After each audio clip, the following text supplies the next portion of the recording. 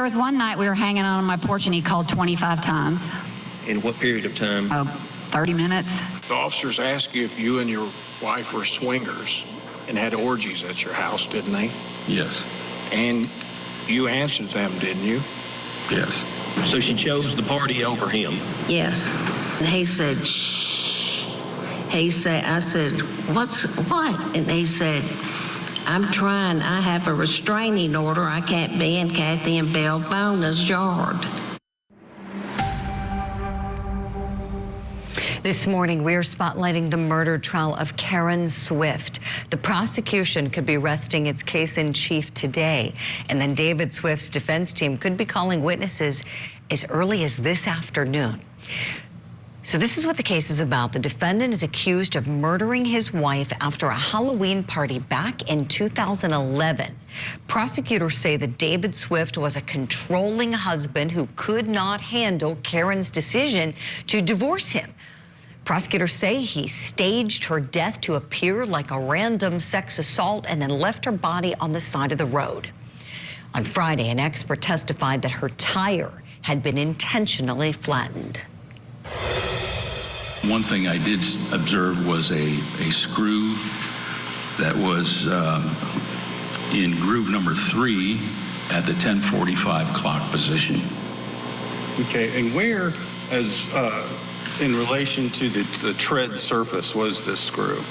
Well, the screw was slightly below the tread surface. Do you have an opinion whether it's possible for a screw to have entered the tire, or a screw to enter a tire while in service in that perpendicular fashion?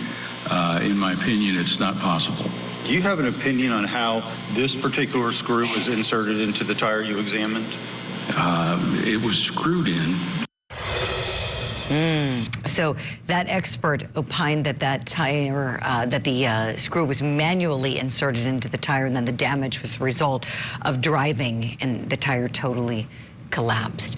What did that testimony do for the case? Let's bring in our experts. Still standing by with me, law enforcement expert Sonny Slaughter and retired criminal defense attorney Kirk Nurmi. Okay, Kirk, to you first, please. How damaging do you think that tire expert was to the defense's case?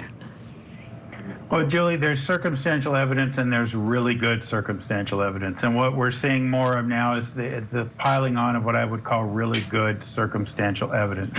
It's pretty hard when you have one or two pieces of circumstantial evidence, that's one thing. But how many coincidences, how many factors can figure into this? And when you see a tire like that was purposely deflated, you can see who would have access to it, who would do that, and everything we've seen in this guy. I mean, you just heard about the 25 phone calls, the peering over the fence. That kind of circumstantial evidence combined together makes it really hard for Mr. Swift to ever see the light of day, and rightly so. I appreciate it, Kirk. Sonny, to you next, please. Curious if the prosecution has convinced you yet that this may be a DV situation with a controlling husband who may have been losing control after getting served with that petition for divorce and custody of their kids. Oh, they have absolutely convinced me that this is a domestic violence, controlling, very dominating situation, and to not lose control, he did all of these very intentional things to ensure that not only would he not have any control over her, but no one else would. This is a classic compulsive behavior tied to domestic violence and domestic violence murder in particular. I'm with you, Sonny, and you have expertise in that area, and this case just it just reeks of it. And we know that we got a bit of the context from the friends who were very close with them, Bill Bona, Kathy Bona. Let's play a clip back from Bill here, where he's talking about money that was loaned to Karen for purposes of using it to file for divorce from David. Did you loan her any money? After conversation with my wife and, her asking, yes, we did. And how much money did you loan Miss Swift? $2,000. Okay, and what was the date of that loan? 10/3. Okay, and do you know what the purpose of the loan was? for her to give to her attorney to file for divorce. Okay, Kirk Nurmi, tell me, when you hear these things about she wanted primary custody of the kids, she wanted child support, she did get the money loan from those friends, the Bonas, and that petition, Karen Swift's lawyer testified that he filed that divorce petition on her behalf. Just a couple weeks later is when she goes missing.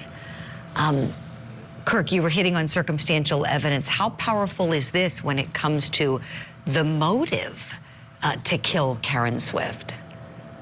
Yeah, it's huge because we talk about what Sonny just addressed, that classic domestic violence murder. Unfortunately, this is just a textbook example of that. And to further what Sonny said, we know the inflection point, the most dangerous time for someone trying to leave a violent relationship, or excuse me, the most dangerous time is when they're in a violent relationship.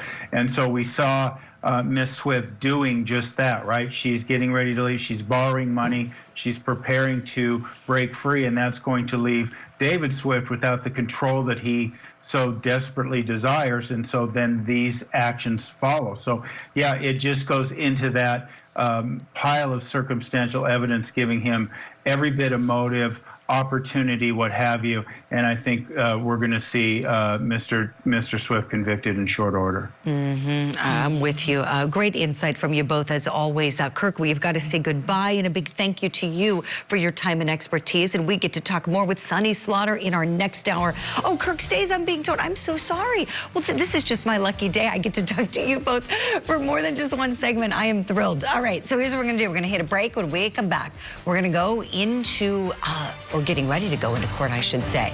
We're almost there after nearly a week off in the killer or cover-up case. So here's what we're wondering. Would the time